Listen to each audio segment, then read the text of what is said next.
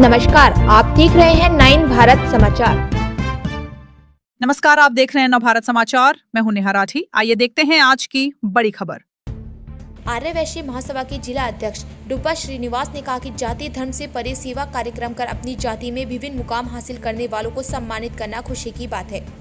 शांतिनगर वरंगल में आर्य वैश्य संघ की भवन में वरंगल जिला आर्य वैश्य महासभा में आर्य वैश्य शिक्षकों, उपमा वितरण दाताओं, शहरी सहकारी बैंक के निदेशकों, भद्रकाली ट्रस्टियों, पत्रकारों को आर्य वैश्य से संबंधित सभी लोगों को सम्मान करके शिक्षक दिवस मनाया। असंगम के अधिकारी श्रीनिवास गांडे, श्रीनिवास गुप्ता, महिला अध्यक्ष चोलेटी कालावती, यू रवि कुमार, वीर भदरैया, सदाशिव मुरली, राजमणि मडावी और अन्य ने भाग लिया।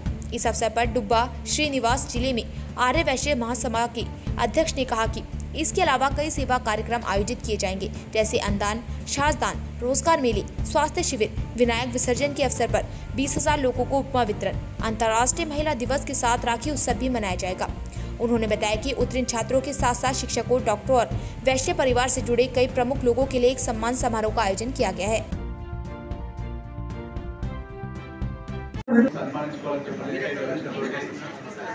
కార్యక్రమాన్ని చేపట్టడం జరుగుతోంది।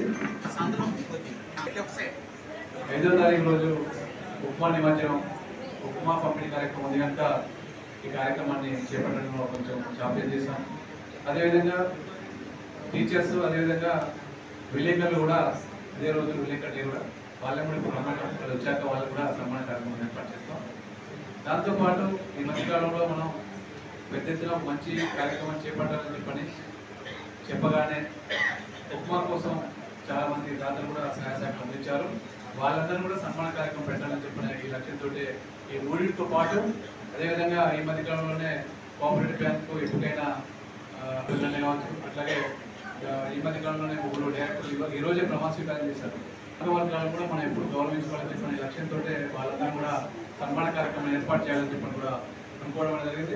అదేవిధంగా కొత్తగా జడ్జి అయ్యాలి అని ఈరోజు ఏదేమైనా మనం ఏ సందర్భంలో అయినా కూడా మనం ఆర్య వైశ్య మహాసభ ఆధ్వర్యంలో అందరినీ కూడా దృష్టిలో పెట్టుకొని తప్పకుండా సన్మాన కార్యక్రమం మనకు ప్రోత్సహించుకోకపోతే బాగుందని చెప్పిన ఏకైక లక్ష్యంతో విలేకరులు కావచ్చు, అదేవిధంగా అడ్వకేట్స్ కావచ్చు, అదేవిధంగా టీచర్స్ కావచ్చు, అదేవిధంగా డాక్టర్స్ కావచ్చు, ఎవరికి సంబంధించిన వృత్తిలో మన దాంట్లో నిలబడే వాళ్ళందరూ కూడా తప్పకుండా సన్మాన కార్యక్రమం ఏర్పాటు చేసుకుంటే మనం ప్రోత్సహించుకున్న ఆస్కారం ఉంటుంది, పరిచయాలు పెరుగుతానికి ఆస్కారం ఉంటుంది। ఏదైనా సమస్య వచ్చినప్పుడు వాళ్ళ మధ్యలో మన మధ్యలో ఇంట్రాక్షన్ పెరుగుతూ ఉంటుంది।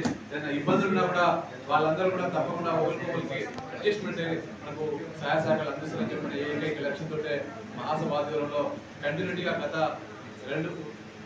రెండు సార్లు మిత్రబృందం ఆధ్వర్యంలో, రెండోసారి మహాసభ ఆధ్వర్యంలో ఈ కార్యక్రమాన్ని చేపట్టడం జరుగుతుంది। మీకు అందరూ కూడా తెలుసు, ఆర్య వైశ్య మహాసభ ఆధ్వర్యంలో ఈ మధ్యకాలంలో 1 ఇయర్ కాడి నుంచి కొంతమంది మిత్రబృందం చూశారు।